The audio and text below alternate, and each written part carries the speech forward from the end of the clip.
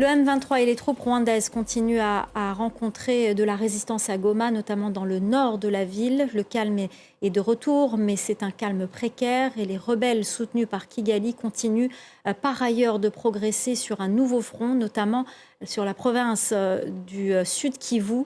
On revient sur la situation à Goma avec Aurélie Bazaraki-Bangula et les images de Fidel Kitsa. Des tirs ont résonné sporadiquement, surtout dans les quartiers nord de Goma où sont encore présentes des forces armées congolaises et des membres des groupes armés locaux. Selon plusieurs sources sécuritaires, des patrouilles du M23 sont visibles dans le reste de la ville. Alors après plusieurs jours de combat, un calme précaire s'installe. Une poignée de boutiques ont ouvert leurs portes. Sur des images tournées par notre correspondant sur place, on peut voir des impacts de balles et d'explosions sur les murs et toits des maisons, mais aussi des douilles et des mortiers visibles en ville, des stigmates qui témoignent de la violence des combats de ces derniers jours.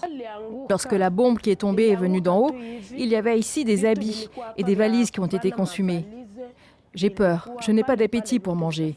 Je suis vraiment épuisée, je n'ai pas de force. Des bombes et des balles tombées ici. Heureusement, ce bâtiment est en chantier. Les bombes ont été stoppées par chance. Nous étions au rez-de-chaussée. C'est ce qui nous a protégés. Sur le plan humanitaire, la situation est désastreuse. Les provisions alimentaires et l'eau manquent. Les hôpitaux de la ville sont débordés. Rien qu'en une semaine, 1000 blessés, dont en majorité des civils, ont été pris en charge par les équipes médicales.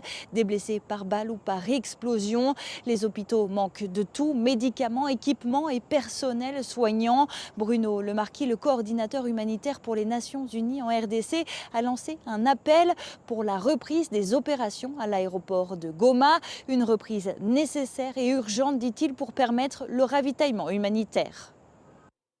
Sa prise de parole était très attendue. Félix Tshisekedi s'est adressé à la nation congolaise hier. Il a assuré qu'une riposte vigoureuse, je cite, de l'armée